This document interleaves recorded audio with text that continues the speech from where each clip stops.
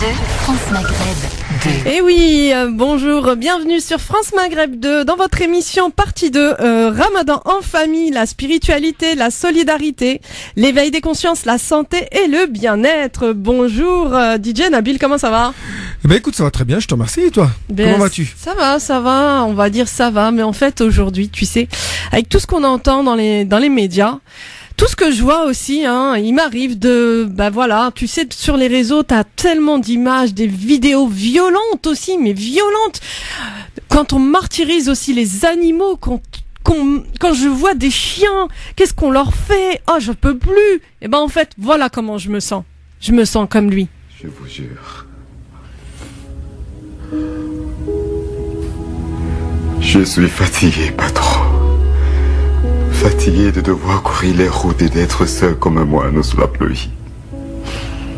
Fatigué d'avoir jamais un ami pour parler, pour me dire où on va, d'où on vient et pourquoi. Mais surtout, je suis fatigué de voir les hommes se battre les uns contre les autres. Je suis fatigué de toute la peine et la souffrance que je sens dans le monde. Il y en a trop. C'est comme si j'avais des bouts de verre dans ma tête. Tout le temps, patron. Vous comprenez? Oui, John, oui, je crois. Ben voilà comment je me sens en fait aujourd'hui, comme beaucoup d'autres jours, où c'est vrai que je suis quelqu'un qui est très positive, Tu le vois, DJ Nabil, j'aime rire, j'aime l'ambiance et tout. Mais aujourd'hui, j'en peux plus. J'en peux plus de voir tout ce qu'il y a dans le monde entier où on voit des gens tués au nom de Dieu. Au nom de Dieu et de dire Allahu Akbar alors que Dieu est amour, alors que Allahu Akbar veut dire justement Dieu est grand. Comment on peut tuer? Comment on peut aussi torturer des animaux? Comment on peut faire tout ça?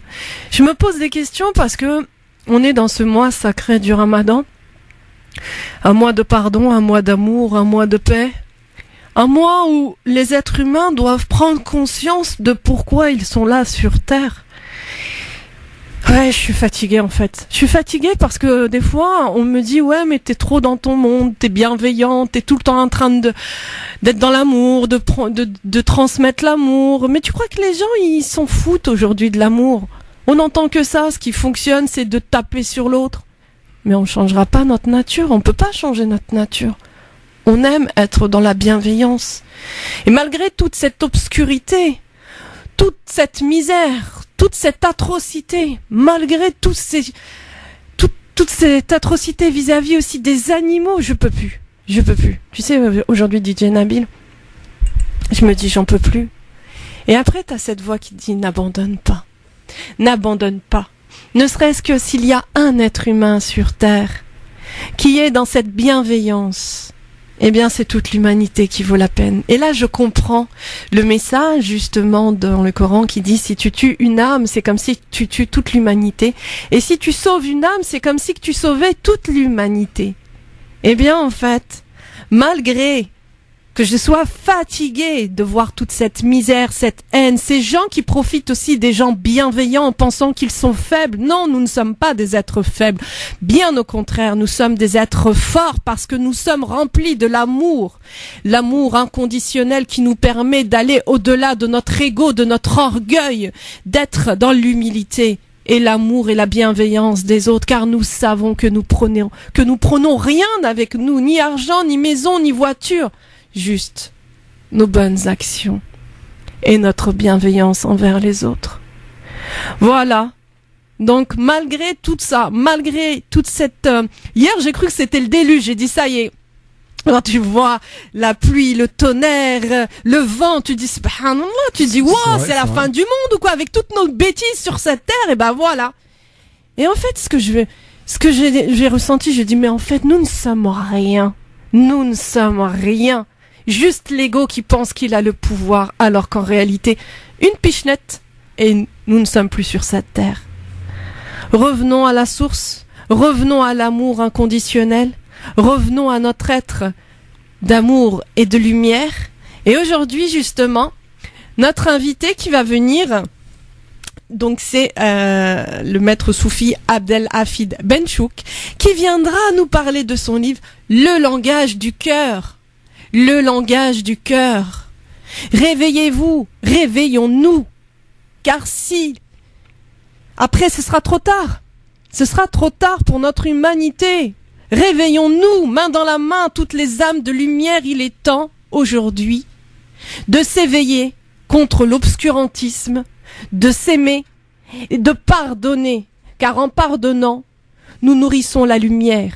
En étant dans la colère, nous nourrissons l'obscurantisme. Il est temps. Réveillons-nous. Et nous demandons justement à Dieu d'éveiller toutes les âmes qui sont endormies, tous les cœurs qui sont voilés, les yeux qui sont voilés. Car un jour ou l'autre, eh bien, le temps du jugement viendra pour chaque âme. Mais il est temps justement de transmettre, d'éveiller les consciences. Et on essaye humblement de le faire chaque jour, car l'être humain est faible. Et oui, DJ Nabil, l'être humain est faible, et Dieu le sait, puisque l'être humain est ingrat. Mais il est aussi, lorsqu'il fait beaucoup de belles choses, on l'a vu, des actes héroïques, des associations qui aident les orphelins, et tellement de belles choses. Et c'est là où on se dit, voilà ce qu'il faut montrer. Voilà ce qu'il faut montrer dans les médias. Le bien. Voilà, on va faire une petite pause après tout ça. Ouais, c'est très bien, c'est très bien. Faut savoir que la vidéo est extraite de la ligne verte. Eh oui, voilà. C'est John Coffey justement qui dit à Dieu, parce que voilà, son patron c'est Dieu, voilà. Comme notre patron, à certains c'est Dieu aussi. Et il dit, patron, je suis fatigué de voir les êtres humains se battre entre eux. Je suis fatigué. C'est vrai. En tout cas, c'était un bon récit. Et ben justement, on va faire une page de pub. Avant tout, je vous donne le numéro 0892 23 99 50, 0892 23 99 50, ou bien le 0140 33 9000, 0140 33 9000. Vous êtes en Ramadan en famille, partie 2 avec Inda. On est là jusqu'à 14h. Il y a son invité qui a pas tardé à arriver. Et ben on se retrouve juste après la pub. Toujours en direct sur France Maghreb 2 avec DJ Nabil Inda qui est ici parmi nous. On est là jusqu'à 14h. Oui. Bonsoir Inda. Oui. Bonjour Inda. Oui, bonjour. Tu m'entends bien? Alors, attends, il y a un souci. Voilà, là c'est mieux. Là c'est mieux. Voilà, parce que j'entendais pas là. Alors oui, on a le président du centre culturel de Cergy, directeur du centre culturel de Cergy qui est parmi nous au téléphone. D'accord, monsieur Nourdine Chafi, bonjour. Oui, bonjour. Oui, bonjour. Alors, donc, vous organisez un dîner ce soir. Vous pouvez nous en parler de ce dîner que vous organisez à la mosquée de Cergy en présence du préfet? Oui. Juste une petite rectification. Je suis pas le président du centre culturel, mais de la fédération musulmane de Cergy. D'accord, ok. Voilà. Donc voilà, comme tous les ans, donc nous organisons un iftar auquel nous invitons donc le préfet. On a eu même l'honneur de recevoir la ministre de la ville, de l'ancien gouvernement. D'accord. Et donc, bien entendu, les élus locaux, les responsables régionaux, et aussi nos frères des autres mosquées, les représentants des mosquées environnantes. D'accord. Alors, est-ce que c'est le premier dîner que vous organisez comme ça, ou il y en avait d'autres avant? Ah oui, on avait d'autres avant, bien entendu. Depuis l'ouverture de la mosquée, donc en 2012, d'accord. Nous, c'est une maintenant coutume qu'on tient à garder, à pérenniser. C'est le fait de rassembler tous nos amis. Aussi l'interreligieux. Nous avons aussi des représentants des communautés chrétiennes et juives. D'accord. Donc, dans le cadre de l'interreligieux, quoi. Ben, c'est très bien ça. Voilà. Très bonne initiative. Et pourquoi donc avec le préfet, y a-t-il d'autres personnalités de la ville qui viennent aussi partager ce repas? Bien sûr, il y a monsieur le maire, il y a madame la présidente du conseil général. D'accord. Aussi monsieur le secrétaire général de la préfecture et puis d'autres cadres locaux et régionaux. Donc voilà. D'accord. Nous avons invité le ministre de la cohésion des territoires, sauf malheureusement il ne peut pas venir là il y a un empêchement lié à son agenda. D'accord. Sinon, voilà. Et il y aura donc des non-musulmans pendant ce repas. Tout le monde est le bienvenu justement pendant ce repas à la mosquée? Tout le monde comme ça, non. C'est sur invitation? Sur invitation, parce que c'est de toute façon, dans notre mosquée, il y a un iftar tous les jours. c'est au quotidien. Nous recevons entre 100 et 150 personnes tous les soirs. Donc, les fidèles participent en amenant de la nourriture, donc tous les ingrédients du Ramadan, quoi, la shorba, les gâteaux, le couscous, enfin toutes sortes de cuisine. Vous savez que notre mosquée s'appelle la mosquée des 5 continents. Donc, nous avons de la cuisine des 5 de continents. toute l'Afrique, comment? Des 5 continents, non? De 5 continents. Alors, donc, nous avons la cuisine variée selon les origines de nos fidèles. D'accord. Et je voulais savoir, donc, dernière question, y a-t-il un iftar, donc, à côté pour les nécessiteux, les pauvres, que vous allez aussi organiser? Oui, c'est ce que je viens de dire. Tous les jours, on reçoit entre 100 et 150 personnes. D'accord. Des plus démunis qui ont l'habitude donc de venir à la mosquée, et même ceux qui sont de passage. D'accord. Donc voilà. Sont les bienvenus. C'est tout le long du mois de Ramadan. Hein. D'accord. Mais là, c'est un iftar officiel, si vous voulez. Oui, bien sûr. Auquel on sur invite invitation. donc les personnalités locales et régionales. Voilà. D'accord. Alors, donc c'est à la mosquée de Cergy, hein, c'est ça, hein? Voilà, la mosquée de Cergy. Donc c'est une mosquée qui a été inaugurée le 6 juillet 2012. Donc une mosquée qui peut recevoir donc quand il y a pendant les fêtes de l'Aïd par exemple, ou quand il y a des jours fériés, donc entre 1500 et 3000 fidèles. D'accord. Donc pour faire les prières de l'Aïd par exemple, tous les soirs notre mosquée ne désemplit pas lors des salats tarawih. D'accord. Et bien entendu à côté nous avons un institut qui s'appelle l'Institut An-Nour, qui est une association loi 1901, parce que la fédération c'est une fédération cultuelle, hein, selon la loi de 1905. D'accord. Alors à côté, donc cette association An-Nour accueille au long de l'année plus de 450 élèves pour des cours d'arabe, de soutien scolaire, des cours coraniques, donc voilà. Il n'y a pas que la prière, il n'y a pas que salat dans la mosquée, c'est aussi un lieu de vie où est animé, un lieu culturel où on peut trouver tout ce qu'on cherche au niveau culturel, quoi. D'accord. Donc vous travaillez donc avec Jamel Jazouli, c'est ça? Avec Jamel Jazouli, c'est le directeur de. Ah oui, c'est notre directeur de An-Nour. D'accord, voilà. ok. Voilà, Jamel Jazouli, c'est le directeur de l'Institut An-Nour. Je vois, vous connaissez. C'est surtout mon invité, qui monsieur justement Abdel Hafid Benchouk de la Maison Soufi, qui est à côté de moi, c'est mon invité et qui connaît très bien. Disons, vous lui passez mon bonjour. Il vous entend. Hein. Salam alaikum. Salam alaikum, barakallahu fik. Désolé, je voudrais aussi saluer vos auditeurs et auditrices de France Maghreb. Ouais. Et merci beaucoup de nous avoir appelés pour grand plaisir. faire connaître notre mosquée, mais aussi nos programmes et nos activités. Merci à vous, en tout cas. Merci à vous de faire tout ça. Ça nous ferait plaisir de vous recevoir. Hein. C'est un excellent institut, en tous les cas. Ouais, j'en doute pas. Bravo. C'est un excellent institut. Voilà. Donc, en tout cas, merci pour toutes vos actions, pour les nécessiteux, pour tout ce que vous faites, justement. Et ça, c'est merveilleux. Voilà. Merci en tout cas. Les personnes qui sont dans la région et qui peuvent, c'est RERA, donc la station Le Terminus Serge Lehou, 26 avenue du Hazé, la mosquée, donc on le voit même de loin avec son minaret. Et donc, ils peuvent venir tous les soirs pour une shorba pour tous, comme on dit, et donc faire un iftar avec tous les frères. Il n'y a aucun problème. Merci en tout cas, et sahab Tourkom. Et puis, un très bon Amin et un très bon Ramadan en tout cas. Merci, au revoir. Salam alaikum, au revoir. Salam. Et oui, nous on va revenir avec notre invité justement, notre invité Matsoufi Abdel Hafid de Benchouk, qui viendra nous parler de son livre Le langage du cœur aux éditions Hachette Bien-être. Une petite musique. Et oui, vous êtes sur France Maghreb 2 dans votre émission Ramadan en famille. Ramadan en famille, la spiritualité, la solidarité, l'éveil des consciences, la santé, le bien-être. Et bien aujourd'hui, avec notre invité, Abdelhafid Benchouk.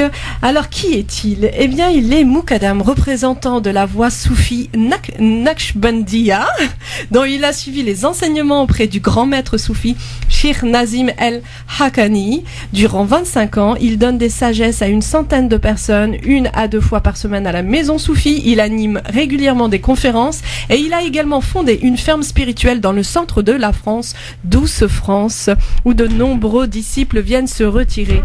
Il est en charge d'une petite maison d'édition, Les 4 Sources, et a fondé la société Shifa, spécialisée dans la conception et la vente de produits naturels d'Orient, dont il est le directeur.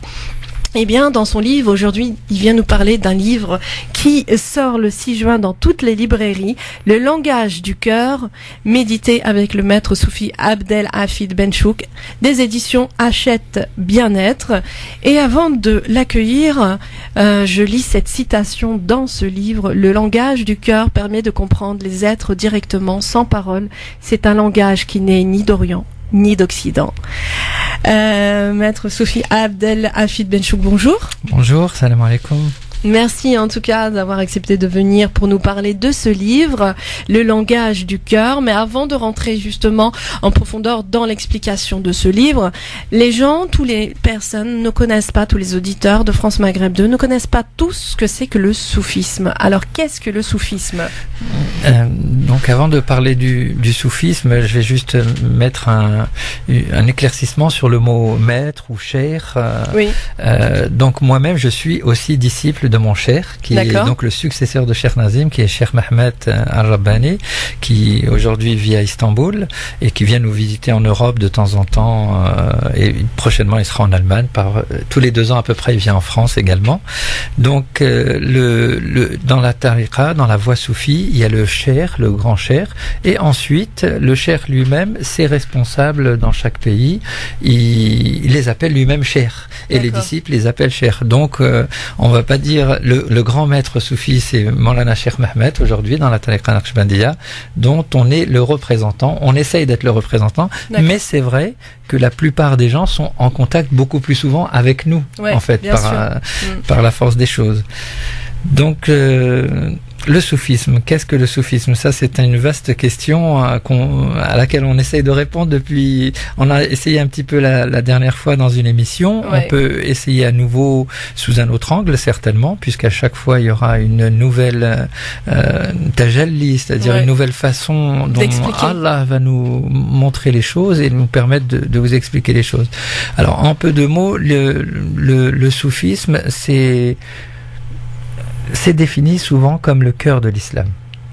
Ça, c'est très important de le dire, de le comprendre, de le savoir, parce que le soufisme n'est ni à côté, ni à droite, ni à gauche, ni en haut, ni en bas. Non, il est le cœur de l'islam. Il est le cœur de l'islam, donc ça veut dire qu'il est complètement intégré dans le corps de l'islam aussi. Ça, c'est très important. Et pour faire un petit peu d'histoire, ce n'est seulement que quand on disait le mot soufi, jusqu'à la fin du 19e siècle, on imaginait tout de suite quelqu'un de très pieux, quelqu'un de scrupuleux, quelqu'un de complètement tourné vers son Seigneur. Et ce n'est qu'à partir du début du 20e siècle, donc de l'arrivée sur la scène internationale du royaume des Saouds, que les choses ont changé.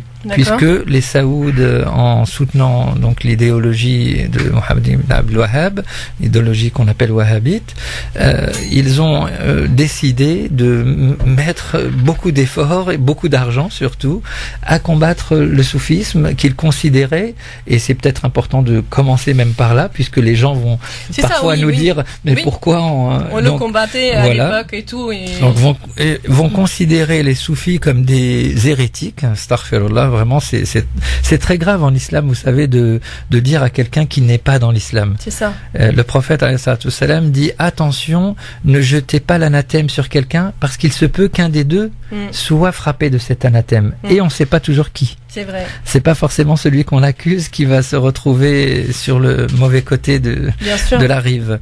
Et donc, à partir de ce moment, donc tous les efforts ont été faits, et dans la communauté en général, ces pétrodollars ont coulé à flot, ces livres ont coulé à flot, et les gens ont commencé à penser que le soufisme était à côté de la plaque ou à côté de l'islam, alors que, je dirais, je vais citer juste un nom, parce qu'il suffit amplement à montrer que le soufisme est tout ce qu'il y a de plus intérieur à l'islam, c'est le grand Abu Hamid al-Ghazali. Eh oui. Donc, qui peut se targuer aujourd'hui de tous les gens qui combattent à tort et à travers le soufisme, qui peut se targuer d'être au niveau de Abu Hamid al-Ghazali, qui a écrit Ihya Ulumuddin, donc je le rappelle, c'est un corpus de 40 volumes sur tous les sujets possibles et imaginables de la vie et de la pratique du musulman, de la musulmane. Donc, il faut rester quand même un petit peu humble et dire, il vaut mieux dire je sais pas, moi les soufis je comprends pas ce que c'est. Donc on va... Mais c'est une très bonne question justement, parce que le fait d'avoir vu qu'il y a beaucoup de soufis qui ont été combattus, et même il y a eu des soufis qui ont été massacrés, et c'est là où on se pose la question de se dire aujourd'hui, avec tout ce que nous vivons, tout ce qui se passe dans le monde, c'est ce que je disais tout à l'heure, qu'on utilise le nom de Dieu pour tuer, tout ce qui se passe actuellement, se poser la question de n'a-t-on pas oublier ce côté du soufisme qui n'est autre que la spiritualité profonde de l'être et de l'unicité avec Dieu, car notre vie sur terre, elle n'est pas justement là pour être dans cette unicité. Le tawhid, et ça fait partie justement de... C'est la doctrine essentielle du soufisme, le tawhid. Ben oui. Et juste pour terminer un petit peu sur ce que je disais, quand la communauté musulmane était irriguée par la science soufie ou par la présence des soufis, jusqu'à la fin donc du 19e siècle, regardez comment on parlait de l'islam en Occident. On disait mais la sublime porte, l'Orient extraordinaire, Sulayman le magnifique, tous ces gens, Sulayman le magnifique, juste pour donner un exemple, il avait un cheikh soufi derrière lui. Ouais. Tous les sultans avaient un maître soufi qui les conseillait. Et depuis l'accès des Saouds, je suis désolé de le dire, ça me fait mal au cœur puisque c'est nos frères aussi, à la tête des lieux sacrés, eh ben comment on parle de l'islam? Massacré, peur, etc., c'est etc. La peur, c'est sûr. On n'a plus une image belle de l'islam. Eh ben les soufis, c'est ceux qui ont essayé d'incarner au quotidien, dans leur vie intérieure et extérieure, le fameux hadith du prophète, alayhi salam, Inna Allahu jamil wa yuhibbul jamal. Dieu est beau et il aime la beauté. Et si dans l'islam, on enlève cette beauté de caractère et cette beauté aussi extérieure, les deux, puisque les ouvrages extraordinaires, quand je pense au Taj Mahal, par exemple, je pense aux mosquées d'Istanbul, je pense aux mosquées du Maroc, je pense en Afrique, toutes ces réalisations sont le fruit d'une réalisation spirituelle intérieure pour pouvoir façonner un monde de beauté extérieure, il faut déjà l'avoir à l'intérieur. Eh ben les soufis, ils essayent de travailler à ce que cette beauté intérieure puisse éclore. C'est ça, et puis en fait c'est juste retourner à la source, se reconnecter à la source qui n'est autre que l'amour inconditionnel de Dieu. Alors effectivement, après il y a une technique pour se reconnecter à la source, et c'est de ça dont on parle un petit peu dans le livre, donc le langage du cœur. Peut-être qu'on peut le montrer à la petite caméra si ça marche. Ben oui. Donc il faut se reconnecter à la centrale, et la centrale divine, la présence divine. Qu'est-ce que c'est? À chaque verset du Coran, qu'est-ce qu'on retrouve? Bismillah, Ar-Rahman, Ar-Rahim. Et Gloton a magnifiquement traduit ce terme, parce que quand on dit le clément, le miséricordieux, je suis désolé de le dire, c'est des traductions qu'on nous a... assez littéraire. Oui, c'est littéraire, et surtout ce sont d'autres gens que les musulmans qui ont mis ces traductions dans tous les livres et qu'on reprend sans faire attention. Eh ben, Maurice Gloton, rahmatullah alayh, Sidi Ubaydallah, il a traduit ça par le tout rayonnant d'amour, le très rayonnant d'amour. Et voilà qui va vous parler. Mais oui. Parce que là, on comprend mieux ce que c'est que la rahma. La rahma d'une mère. C'est quoi? C'est l'amour de la mère pour son enfant, pour son entourage. Et le prophète, alayhi salatu salam, il est venu pour incarner cette rahma, pour nous apprendre à donner cet amour. In tuhibbunallah fattabi'uni yahbibkum Allah. C'est une histoire d'amour là. Oui, si vous aimez Allah, suivez-moi, Dieu vous aimera, dit le prophète alayhi salatu salam dans le Coran. Allah fait dire au prophète dans le Coran. C'est ça. C'est une histoire d'amour. Donc c'est une histoire. Et comment Dieu, puisque vous m'avez proposé dans les messages qu'on a échangés avant, de parler l'amour du prophète, de l'amour de Dieu pour le prophète, et justement, l'amour du prophète pour Dieu. On va y revenir parce que là c'est la pub, je crois. Allons-y. Parce que c'est tellement intéressant que je veux pas le couper. Vraiment. Ça c'est important. Oui, juste après. Donc n'hésitez pas, auditeurs auditrices, vous pouvez nous rejoindre au 0892 23 99 50, 0892 23 99 50, ou bien le 01 40 33 9000, 01 40 33 9000 si vous voulez justement donner votre avis concernant cette émission. Sachez que par la même occasion, je vous informe que le collectif associatif organise un dîner-spectacle ramadanesque. Voilà, c'est à la Maison de Tunisie. C'est le samedi 2 juin 2018 et c'est à partir de 20h30 avec menu, etc. Et c'est au prix de 40 €. Il y aura comme chanteur Hichem Nagati. Il y aura aussi Karim Choueb. Et il y aura aussi Laroussi Zbidi. Donc tout ça c'est samedi 2 juin 2018 et c'est à partir de 20h30. C'est au prix de 40 €. Donc c'est le collectif associatif qui organise ça, dîner spectacle ramadanesque. Donc l'adresse c'est 45 boulevard Jourdain au 14e arrondissement, 45 boulevard Jourdain, 14e arrondissement. Inforesa Yousra au 06 14 20 79 34, je répète, Yousra 06 14 20 79 34, ou bien Nordine 06 69 59 20 40, 06 69 59 20 40. J'oublie pas de vous informer, bien évidemment, qu'il y a la grosse soirée qui vous attend le 20 juin prochain, Inch'Allah, bien évidemment, avec France Maghreb 2. Voilà. Tout ça, c'est à l'occasion du lancement des festivités des 30 ans de France Maghreb 2. C'est le Grand Forum, toute l'équipe du Grand Forum ainsi que France Maghreb 2.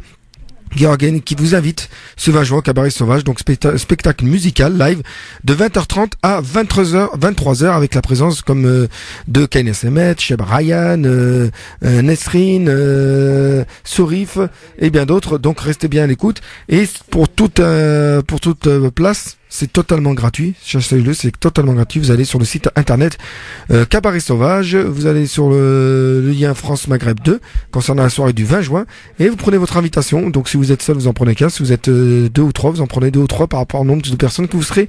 Et on vous attendra, Inch'Allah, le 20 juin prochain. Donc je vous répète le numéro pour donner votre avis lors de cette émission de Inda et son invité, 0892 23 99 50, 0892 23 99 50, ou bien le 01 40 33 9000, 01 40 33 9000, une page de pub et on se retrouve juste après. France Maghreb 2, France Maghreb 2.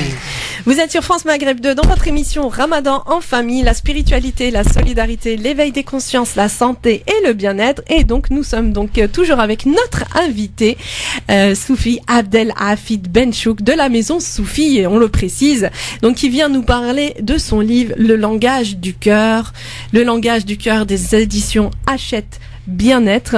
Et on parlait donc avant la pause, on parlait de l'amour. Vous pouvez nous en parler de cet amour?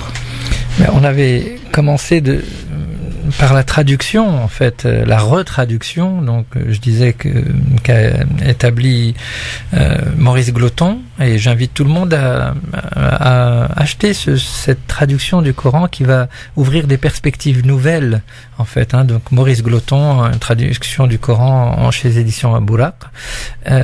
Maurice Gloton, il traduit Ar-Rahman Ar-Rahim par le tout rayonnant d'amour, le très rayonnant d'amour. Donc ça, c'est très important. Cette traduction, à mon avis, ce changement de traduction va essayer d'être incarné par les musulmans, puisque à chaque fois, si on lit le Coran en disant le tout rayonnant, très rayonnant, on va commencer à peser nos actes. Est-ce qu'on est, nous aussi, rayonnant d'amour? Est-ce qu'on laisse la présence divine rayonner d'amour à travers nous? Et comme pour parler de l'amour, l'amour que nous, on donne n'est qu'une conséquence que l'amour que Dieu nous donne. Ouais, c'est ça. On n'a aucun amour, en fait, à donner, si ce n'est celui qui peut passer à travers nous, qui est son amour au final. Donc, est-ce qu'on veut être les véhicules de l'amour divin ou pas? Et cet amour divin, il est tellement grand, tellement fort, que notre bien-aimé prophète, salam, Sayyidina Muhammad, comment il est appelé? Le bien-aimé de Dieu. Habib Allah. Eh oui. Donc ça, c'est très important de voir à quel point l'amour de Dieu, il est en action constamment. Et quelqu'un disait, un monsieur disait à une autre personne, mais il y a des gens qui, côté de chez moi, qui font des péchés, et je suis pas content, et le cheikh lui dit, mais si tu peux pas supporter les gens qui font des péchés, alors tu ne vas pas supporter l'intercession le jour du jugement. Et peut-être que toi-même tu as des choses à te faire pardonner. Et ce pardon des péchés, c'est l'amour divin. C'est l'amour divin qui va se manifester par Dieu lui-même, bien sûr, mais par le prophète, alayhi salam, Shafa' al-Kubra, et aussi par tous les croyants et croyantes qui vont pas voir quelqu'un qu'ils aiment au paradis, vont dire, mais mon Dieu, où est telle personne? Et il se peut que juste par cet amour qu'ils ont de cette personne, Allah subhanahu wa ta'ala yastahyi, et il va ramener la personne au paradis par cet amour. Donc l'amour, et le prophète sallallahu alayhi wa sallam, al-mar'u ma'a man ahab. La personne sera ressuscitée avec ceux qu'elle aime. Donc, quel amour on doit développer, nous musulmans? Le premier amour qui a été, et là on revient, mais je suis vraiment désolé de dire ça, mais c'est une réalité.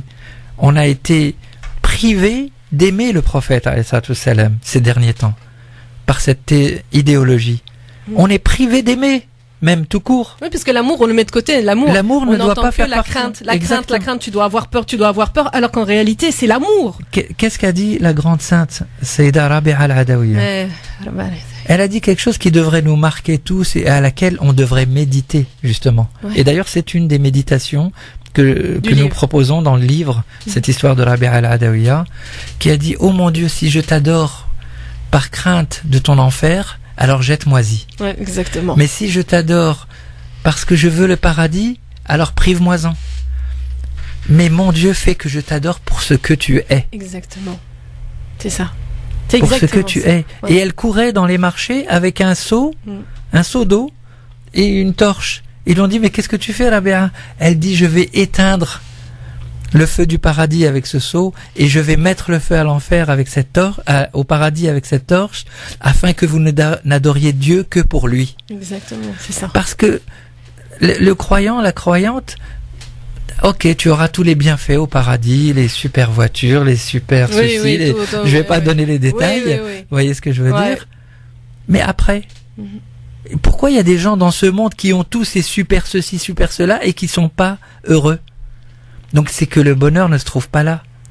Le bonheur se trouve dans Rida Allah, dans l'amour de Dieu pour nous et l'amour de nous pour Dieu. Exactement. Et donc dans notre quête à chercher quel est ce Dieu, subhanahu wa ta'ala, qui nous a créés, qui nous a existenciés, quel secret est caché en nous-mêmes. Man arafa nafsah, arafa rabbah. Celui qui se connaît son Seigneur. Ouais. Qu'est-ce qui est caché?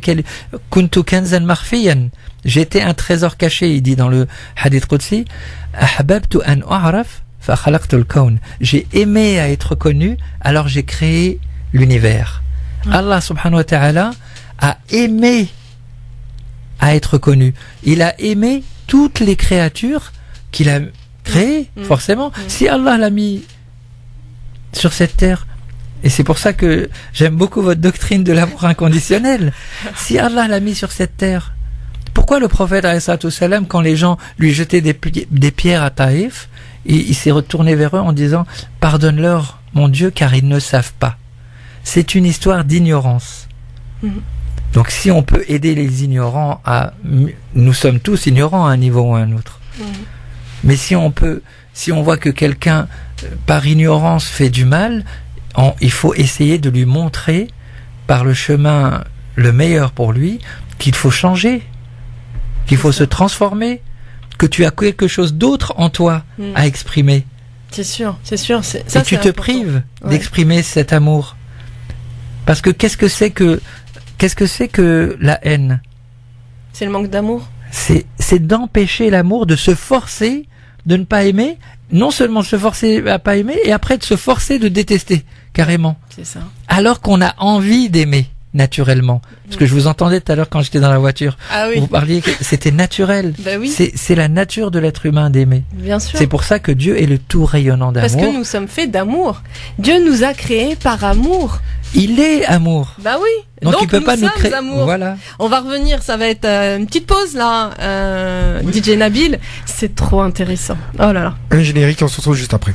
Et oui, vous êtes sur France Maghreb 2 dans votre émission Ramadan en famille avec la spiritualité, la solidarité, l'éveil des consciences, la santé et le bien-être. Et donc nous sommes avec notre invité Abdelhafid Benchouk de la maison Soufi et qui vient nous parler de soufisme, de l'amour et de surtout on va parler de son livre Le langage du cœur aux éditions Hachette Bien-être.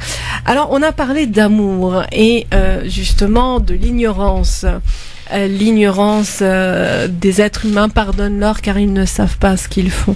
Aujourd'hui, on ne peut pas dire qu'ils ne savent pas ce qu'ils font. Aujourd'hui, nous ne sommes plus dans l'ère de l'ignorance, nous sommes dans l'ère du dévoilement. Tout ce qui était caché devient visible.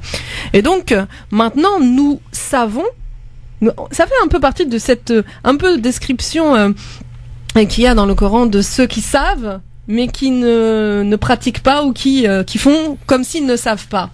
Mais les êtres humains, ils ont tous effectivement une connaissance qui leur a été donnée dès leur création. C'est pour ça que le fameux verset du Coran, Alastu bi rabbikum, où Dieu a pris toute la progéniture, les enfants d'Adam, et il leur a dit, ne suis-je pas votre Seigneur? Et ils ont tous répondu oui. Ben oui. Tous sans exception. Donc tout le monde a le souvenir de cette réponse qu'il a fait, a le souvenir de son Seigneur, et donc a le souvenir de l'amour de son Seigneur. Mais les êtres humains, comme le nom l'indique, l'insan yensa. Et c'est ça. L'insan yensa. Ben oui. Donc il faut lui rappeler. Et c'est pour cela que Allah subhanahu wa ta'ala envoie des prophètes. Et après les prophètes, il envoie des héritiers des prophètes, qui sont les savants, les sachants, les guides de la communauté. Parce que ça serait injuste qu'après la venue du prophète, alayhi salatu wassalam, il n'y ait plus personne pour nous montrer le chemin. Donc quand on peut se perdre, ça arrive à tout le monde même de perdre son chemin. Bien sûr. Bah, tu vas demander des indications à quelqu'un. Ben oui. Ouais. Ou alors quand tu vas dans un pays inconnu, eh ben on est dans un pays inconnu. La dunya est un pays inconnu pour l'âme humaine. Et donc elle a besoin de quelqu'un pour lui rappeler, quelqu'un qui a fait la topographie générale, et c'est ça le rôle des guides spirituels. C'est ça. Al-ulama waratat al-anbiya. Les savants sont les héritiers des prophètes. Donc les êtres humains, tant qu'il y a ces êtres de lumière, de beauté, de sincérité, qui sont là pour donner un exemple, parce que l'être humain, c'est un être qui a besoin pour changer, d'avoir un exemple en face de lui. D'avoir un modèle. C'est pour ça que le prophète alayhi salam, il a dit walakum fi rasulillah uswatun hasana. Vous avez dans le prophète un exemple excellent, un exemple pour le suivre. Donc Dieu ne peut pas être injuste, je le répète, et il peut pas nous laisser, nous les gens de la fin des temps, avec tout ce qui nous arrive, effectivement avec toutes ces connaissances qui sortent de partout, de quelqu'un qui va nous permettre d'y voir plus clair. Hein? Et ça, c'est le rôle donc du maître soufi dans le soufisme, et surtout après cela, parce que le maître soufi, au final, il va te montrer l'exemple il va essayer de te montrer l'exemple par son comportement, mais il y a aussi la technique qu'on appelle le dhikr, tout simplement. Le dhikr, oui.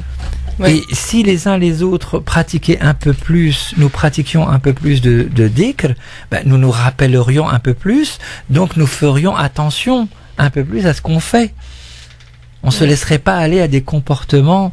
Et d'ailleurs, en vérité, moi, je suis assez indulgent quand même avec l'être humain. Au fond, j'ai l'impression que les gens, quand ils sont dans de mauvaises dispositions, au fond, ils en souffrent. Oui, bien sûr. Bien sûr. Ils en souffrent. Bien sûr. Parce que personne n'aime être en colère. Personne n'aime être haineux. Il y a personne qui aime ça, au fond. Mais ils ne se laissent pas ils ne sont pas parfois indulgents avec eux-mêmes, et ils n'ont pas surtout à côté d'eux des exemples qui vont les aider à trouver le chemin vers la rivière d'amour qui est en nous. En fait, c'est ça, ce sont des êtres qui sont en souffrance. De toute façon, c'est sûr qu'un être qui va faire du mal, qui va tuer son prochain, c'est une personne qui qui est en souffrance et qui s'est coupé de cet amour-là. Parce que, normalement, il le dit bien, si on tue une âme, c'est comme si on tuait toute l'humanité. C'est en fait un processus où on renie notre origine, finalement, à chaque fois de plus en plus. Et c'est comme quelqu'un qui va commencer à se droguer ou autre. Il va être un peu conscient, et au fur et à mesure, il va être emporté, en fait, et puis il ne va plus être maître de lui-même. Et c'est ce qui se passe pour ces gens-là. En fait, à un moment, ils sont emportés par cette haine et par ce lavage de cerveau. Donc, et ils ne sont plus eux-mêmes. Et c'est pour ça qu'il est important que chaque croyant, chaque croyante revienne toujours vers les exemples de vertu. On a besoin d'avoir des exemples de vertu. C'est ça le plus important. C'est très important. Exactement. Donc c'est vrai que là, je suis en train de feuilleter le livre, Le langage du cœur, des éditions Hachette, Bien-être. Et vous pouvez nous en parler, en fait, comment il a été fait, ce livre? Toute l'histoire, je ne sais pas si je vais la raconter aujourd'hui, puisque peut-être qu'on reviendra avec mon ami Federico pour présenter, puisqu'il y a aussi un autre livre qui est sorti en même temps, celui de mon ami Federico, donc Méditer avec un maître zen. Et donc c'est une idée qui vient de lui, en fait, au départ.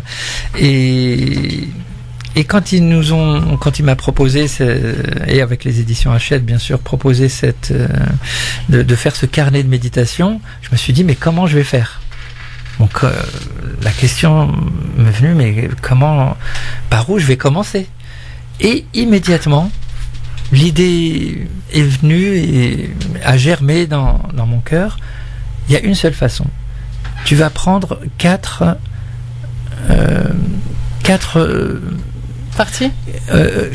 degrés de parole. Et donc le premier degré de parole, j'ai pris quelques paroles du Coran, une quinzaine de versets du Coran, et là j'essaye de réfléchir, de méditer dessus moi-même, puisque c'est aussi ma propre méditation final. Bien sûr. Avant que les autres y méditent dessus, c'est notre propre méditation qu'on essaye de partager. Donc on a essayé de méditer sur ces paroles du Coran qui sont extraordinaires. Donc on a essayé de chercher les plus belles paroles possibles. Le fameux verset, ma miséricorde embrasse toutes choses. Wa rahmati wasa'at kulli shay. C'est quelque chose sur lequel il faut méditer. Ensuite, après les paroles du Coran, je me suis dit, on peut pas faire un ouvrage qui est destiné à un grand public qu'avec des paroles du Coran, bien qu'il en existe dans le marché. Je me suis dit, ça serait bien de faire découvrir le prophète, alayhi salam, aux gens également. Donc, j'ai sélectionné des hadiths du prophète, pareil, une quinzaine, qu'on a essayé aussi d'expliciter, de réfléchir sur ces hadiths. Et ensuite, la troisième partie, ce sont des paroles de grands maîtres soufis. Donc comme ça, on voit qu'il y a un exemple de gens qui ont réalisé cette sagesse éternelle. Parce que c'est important pour nous, les êtres humains, de voir que c'est possible. Et c'est pour cela, et là on va toucher un petit mot doctrinal justement, sur quelque chose qu'on reproche souvent aux soufis, et c'est pour cela que dans nos pays, dans le Maghreb, il y avait des walis. Ouais, des saints.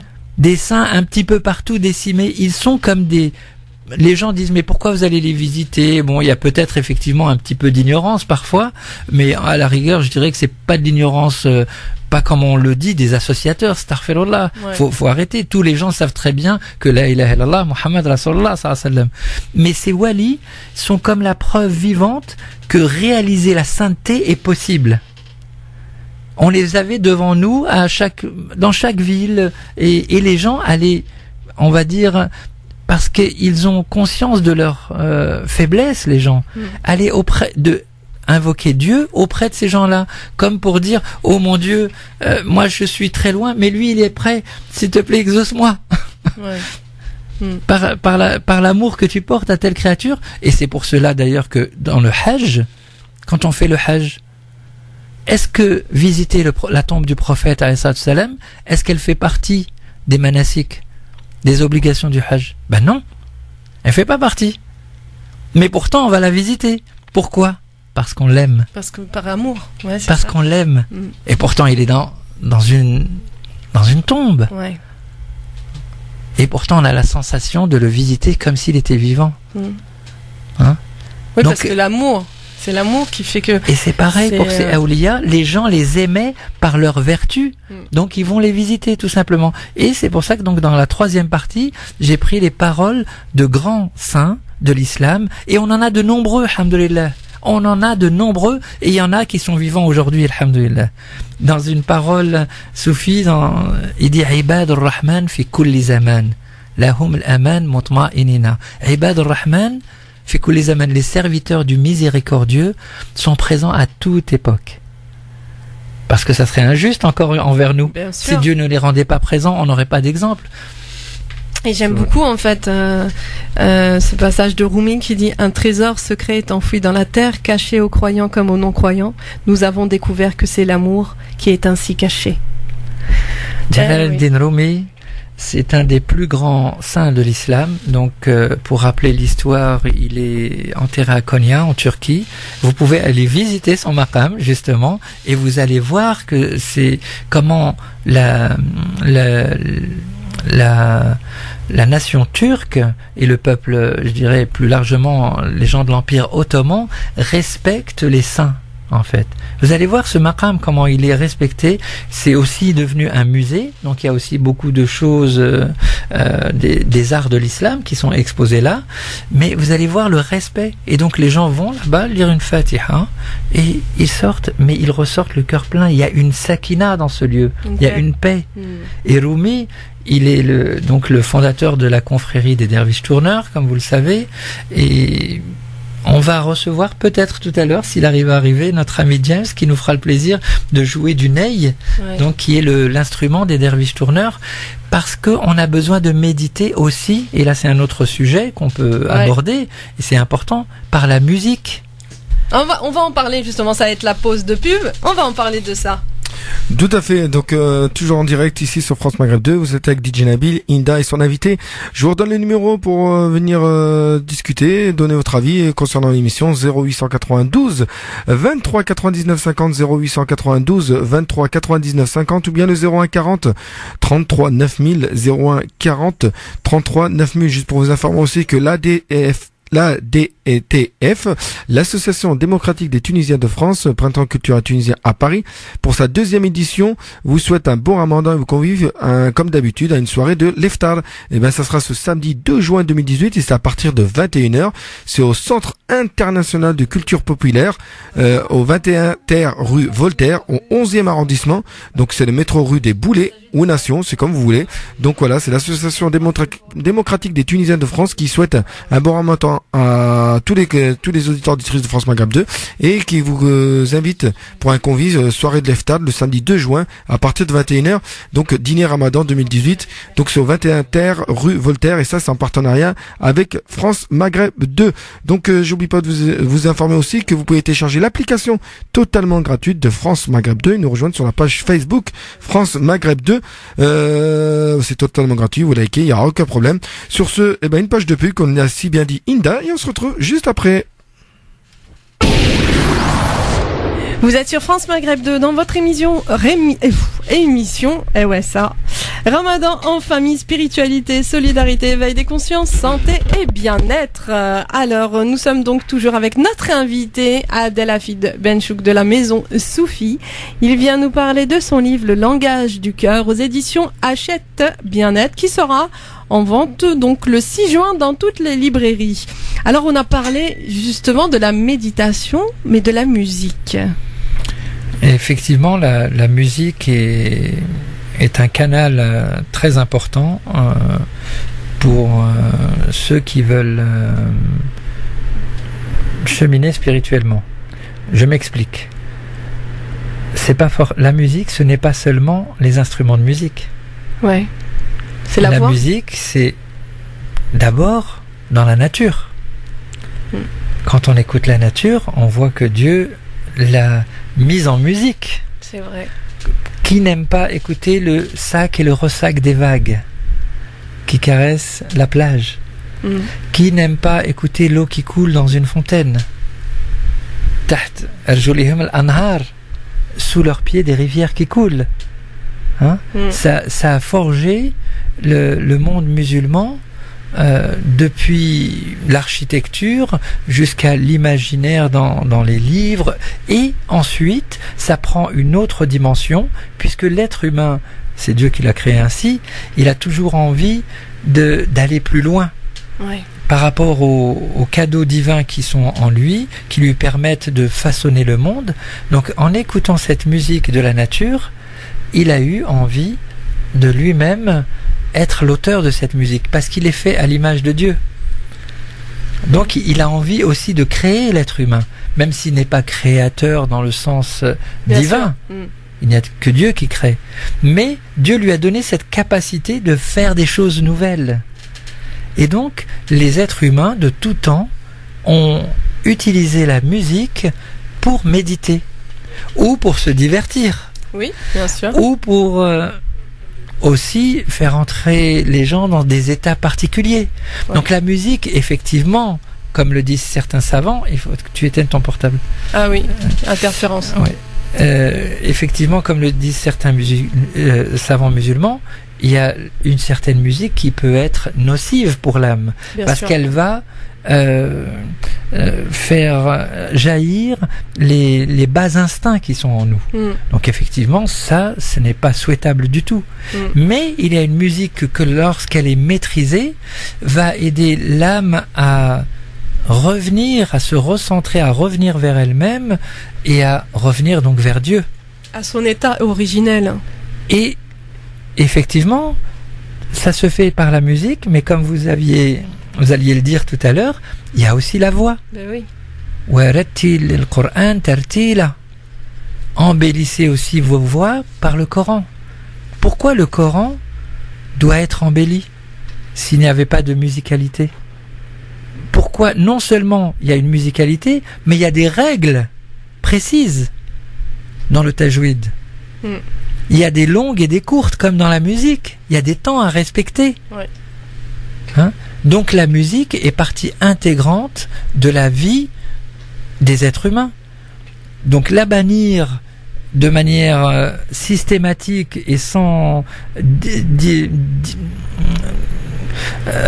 séparer entre ce qui est bon et ce qui peut être nocif pour l'âme, c'est une erreur. Et d'ailleurs on le voit très bien. Et en plus, ça peut aussi éloigner toute la jeunesse de leur religion.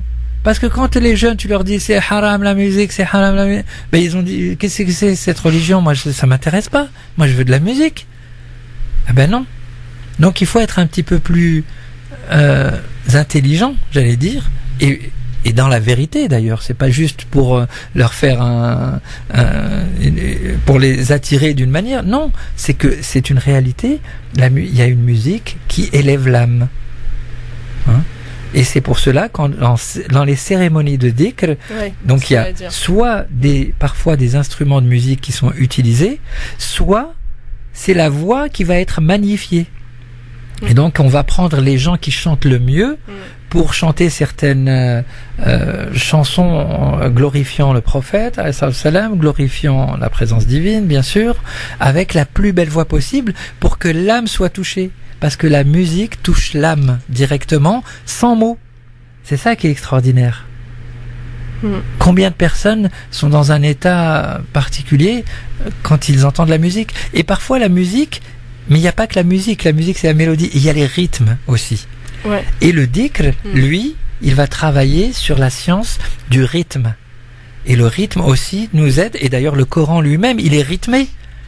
Il y a des rimes à chaque fin de verset. Ça rime, ça revient sans arrêt. Donc là, on a toutes les preuves qu'on veut dans le texte sacré lui-même. On n'a pas besoin d'aller chercher très loin, d'aller chercher toutes les fatwas possibles et imaginables. Il suffit, pour y revenir, de méditer sur ce qui nous est donné déjà. Ça, c'est important. Mais il faut prendre le temps. Pour méditer, il faut prendre le temps de méditer. Et c'est pour cela que pendant le Ramadan, le prophète a j'allais dire démocratiser un exercice spirituel particulier qui est l'i'tikaf. L'i'tikaf, c'est la retraite spirituelle pendant le mois de Ramadan, où lui-même donc se retirait pendant les 10 derniers jours. Et encore, il faut bien le dire, c'est très important, Et ses épouses se retiraient également. Donc l'i'tikaf, c'est pas que pour les hommes. C'est aussi pour les femmes. Les épouses du prophète, alayhi salam, se retiraient. Elles faisaient des tentes et elles se retiraient dans leurs tentes.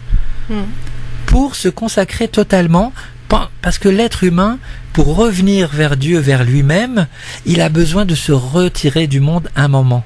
Que ce soit 1 heure, 2 heures, un jour. Alhamdulillah, avec les 5 prières, on essaie déjà de se retirer 5 minutes, 5 fois 5 minutes, on va dire, grosso modo. Déjà, c'est déjà bien. Ouais. Mais si on pratique cet exercice de la méditation, donc pendant la retraite spirituelle, mais ça va nous faire, on va comprendre des choses qu'on n'avait jamais compris auparavant. Surtout quand on le fait de l'attention, puisque les actes valent par les intentions, de se rapprocher de Dieu, de connaître ce pourquoi on a été créé. C'est le but, bien sûr, c'est le but. Et puis il faut savoir qu'aussi le dhikr, selon certaines études, va agir aussi contre les maladies psychiatriques, certaines comme par exemple ceux qui sont beaucoup dans la rumination mentale, puisque le dhikr va endormir le cerveau limbique qui lui-même est constamment dans cette rumination. Et le fait de répéter, l'action même de répéter, eh bien le cerveau limbique va se dire c'est bon, je vais me mettre au repos puisqu'elle répète toute seule, ou il répète tout seul. Et c'est surtout que aussi les mots que l'on répète, ils ont une action sur notre âme. C'est ça. Si mettons que je commence à répéter un mot pas beau, je veux dire, je sais pas, poubelle, ordure.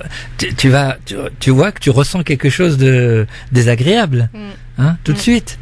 Mais si tu dis Allah, Allah, Allah, tu vas te remémorer Allah. Ou si tu répètes le nom Ar-Rahman, Ar-Rahim, Al-Wadoud, celui qui donne l'amour, tu vas commencer à méditer sur ce nom. Et non seulement ils vont avoir un effet psychologique, comme vous le disiez, mais au-delà de ça, et c'est ça la particularité, et pourquoi on le répète dans la langue sacrée, dans la langue arabe, et dans toutes les traditions c'est comme ça. Dans le bouddhisme on doit répéter dans la langue sanskrit, ou dans l'hindouisme, dans le judaïsme, dans la langue hébreu, etc. Parce que ces langues-là, au-delà même de leur portée, de leur portée dans la signification, ils ont aussi une opérativité dans les ondes. C'est ça. Les ondes des mots vont impacter notre être profond et vont nous raccorder. Et donc cet être spirituel qui est en nous tous, mais qui est caché au fond, il va pouvoir se révéler comme une fleur qui va pouvoir s'épanouir et donner à sentir son parfum. C'est ça, En fait, on a tous un parfum merveilleux, mais il est caché, enfermé dans un bocal. C'est ça. Et il faut maintenant le laisser ressortir par ces pratiques, parce que c'est vrai qu'on parlait de vibration, des mots, des sons, puisque les noms divins, les sons... Dieu a créé le monde par le kun. Ben oui. Kun fayakun. Eh oui, c'est exactement ça. C'est par une parole, par une vibration. Eh oui. Donc ces vibrations, c'est à l'origine de toute chose. Et c'est pour cela que le musulman, la musulmane, le croyant, la croyante, doit retourner vers cette vibration originelle, en quelque sorte. C'est ça, exactement.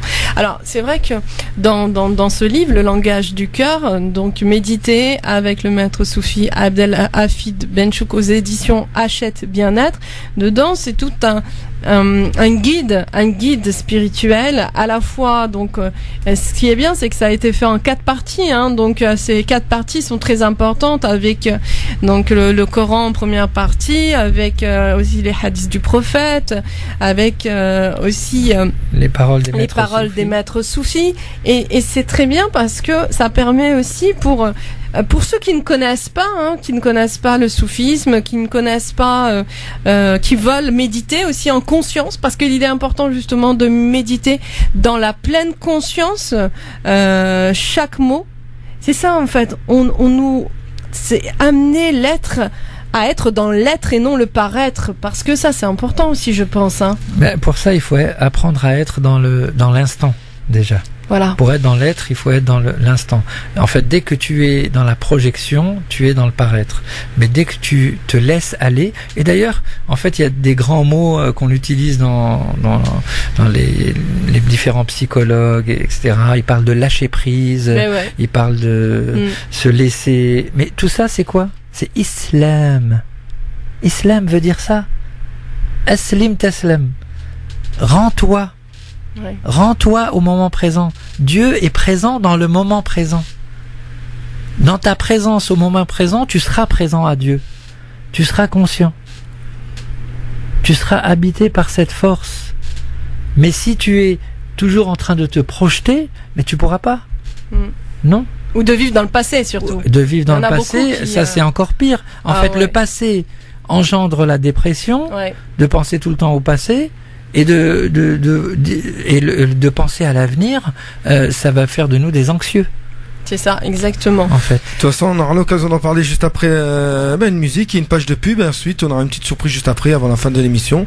Je vous informe par la même occasion que vous pouvez toujours appeler au 0892 23 99 50, 0892 23 99 50, ou bien le 01 40 33 9000, 01 40 33 9000. Sachez que vous êtes dans l'émission de Inda dans l'émission de Ramadan Famille, partie 2. Voilà, juste après, on aura l'occasion de retrouver Christophe à partir de 14h, en compagnie de professeur Samy qui viendra pour 18h30 jusqu'à 20h, sans oublier qu'à partir après 20h il y aura notre ami Lazare, voilà, pour son émission Tariq al-Khair, juste avant le ftour. À partir de ce soir, vous allez me retrouver exceptionnellement en compagnie de JM qui sera à l'extérieur en live du côté de la mosquée turque, voilà, pour l'aftar. Donc comme ça on aura l'occasion d'avoir certaines personnes de la mosquée. Ça sera en direct ce soir à partir de 23h jusqu'à 1h, sans oublier qu'à partir de 4h du matin jusqu'à 6h il y a le professeur Samy qui sera parmi nous. Voilà, c'est la programmation de toute la semaine pendant cette période de Ramadan.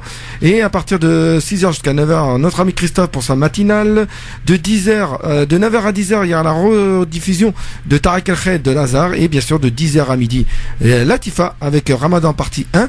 Et bien sûr, Inda pour la Ramadan partie 2, midi 14h. Sans oublier bien évidemment que l'Association démocratique des Tunisiens de France, voilà, organise ce samedi, voilà, une soirée de l'iftar à partir de 21h, et bien sûr c'est au Centre International de Culture Populaire, 21 rue Voltaire, 75 011e Paris, voilà, métro rue de Boulay ou Nation. Donc n'hésitez pas, c'est le samedi 2 juin et c'est à partir de 21h, et c'est au Centre International Culturel Populaire, 21 rue Voltaire, dans le 11e arrondissement, rue de Boulay ou Nation. Donc ça c'est une soirée en partenariat avec France Maghreb 2. Je crois avoir donné toutes les infos. On se retrouve après. Tu as une page de pub. Allez, c'est parti. France Maghreb 2, France Maghreb 2. Vous êtes sur France Maghreb 2 dans votre émission Ramadan en famille, la spiritualité, la solidarité, l'éveil des consciences, la santé et le bien-être. Et donc avec notre invité, Monsieur Abdelhafid Benchouk de la Maison Soufi. Il est venu nous parler de méditation, de musique, du langage du cœur, avec son livre donc que vous pourrez trouver le 6 juin dans toutes les librairies, Le langage du cœur, aux éditions Hachette Bien-être. Alors Abdelhafid Benchouk, 2 minutes pour nous parler un peu de la Maison Soufi et des iftars surtout. Oui, la Maison Soufi, donc tous les jeudis soirs, nous organisons un iftar auquel nous convions tous ceux et toutes celles qui veulent partager un moment de fraternité. Et le principe est simple, en fait. Il y a 1 ou 2 familles. On peut recevoir en tout une centaine de personnes à peu près. D'accord. Donc, si vous venez tous les auditeurs de France Maghreb, donc on se débrouillera autrement. On prendra le trottoir, on ira à la mosquée qui est pas loin, etc. Donc, c'est un ami. La nouvelle grande mosquée de Saint-Ouen, d'ailleurs, je tiens à le dire, qui est très très belle et qui est à 2 pas de la Maison Soufi, donc qui se trouve au 8 rue Raspail, au métro Garibaldi à Saint-Ouen. Et donc, ces iftars, le principe est simple, c'est qu'il y a 1 ou 2 familles donc qui font des grandes soupes pour 50 personnes, on va dire. Donc ça fait de la soupe alhamdoulilah, shorba, harira ou autre pour 100 personnes. Et ensuite, c'est tout le monde ramène ce qu'il veut, sucré ou salé. Ramène un plat et il partage. Ramène un plat, un dessert, des boissons. Et donc là, ensuite, on met des grandes nappes et on pose tout ce qui a été ramené et on le partage. Et rassurez-vous, il y a toujours une table princière. Ouais. C'est plus que de la baraka, c'est vraiment un buffet royal qui est là parce que pendant le mois de Ramadan, alhamdoulilah, les gens sont très généreux. Ouais.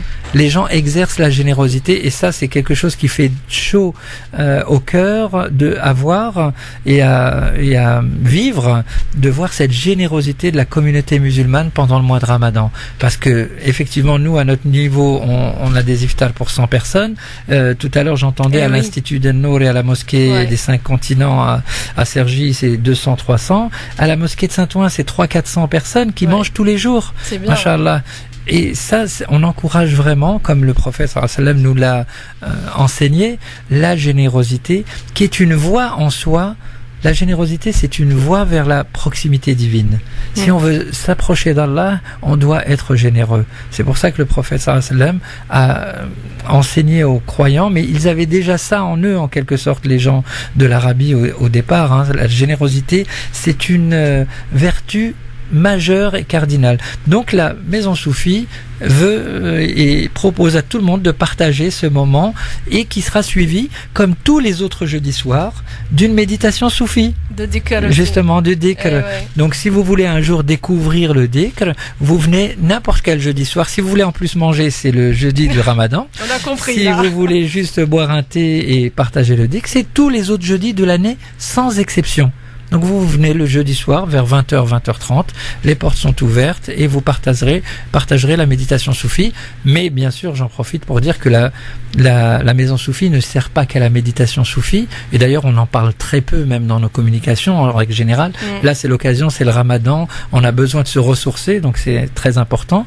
Mais en dehors de ça, on organise surtout des séminaires, des conférences, des tables rondes, des projections, des expositions, des concerts de musique, des cours de calligraphie, des cours de musique, des cours d'arabe aussi, avec le fameux professeur Jamel Jazouli, qui est un des meilleurs professeurs, je tiens à le dire, d'arabe, qui utilise la méthode de Maurice Gloton, justement, l'auteur de la traduction du Coran, dont on parlait tout à l'heure, qui est de comprendre le Coran par les racines et par la polysémie des racines, c'est-à-dire les différents sens qu'ont chaque racine de la langue arabe. Alors vous êtes venu avec un invité, vous pouvez justement nous le présenter? Alors je suis très heureux d'être accompagné aujourd'hui par mon ami et frère, s'il accepte d'être mon frère d'ailleurs, James Serre. Bienvenue James, qui va nous illustrer en fait, puisqu'il est professeur lui-même à la Maison Soufie, donc professeur de ney et de def. Donc le def, tout le monde sait ce que c'est la percussion, il y a toute une science, hein, puisque pour que cette musique soufie puisse être jouée, il faut qu'il y ait une connaissance derrière. Et il y a le ney, dont James va nous parler un petit peu. Bonjour. Donc le ney, oui, c'est l'instrument, la flûte de roseau, qui est joué essentiellement dans la tradition soufie Mevlevi et qui a une forte valeur symbolique, car le poète mystique Jalaluddin Rumi en parle en le comparant à l'homme qui doit être lui-même vidé de son ego afin que le souffle divin passe en lui. Donc voilà, je vais vous jouer un petit extrait et puis bon Ramadan à tous.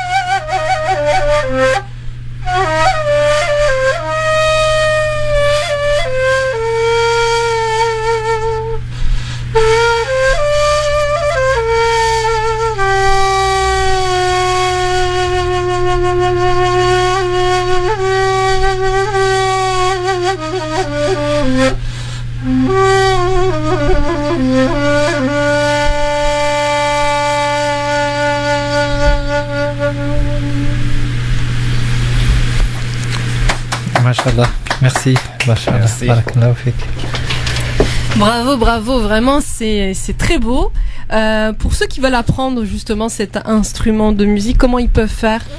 Il suffit d'aller sur la page Facebook de la Maison Soufie, donc la Maison Soufie tout simplement, maison comme maison, Soufie S-O-U-F-I-E, et ils nous contactent, ou alors sur la page de James Serre, donc James comme James, et Serre S-E-2-R-E, et ou alors contacter Maison Soufie avec un E, donc je le répète puisque c'est au féminin, @gmail.com, maisonsoufie@gmail.com.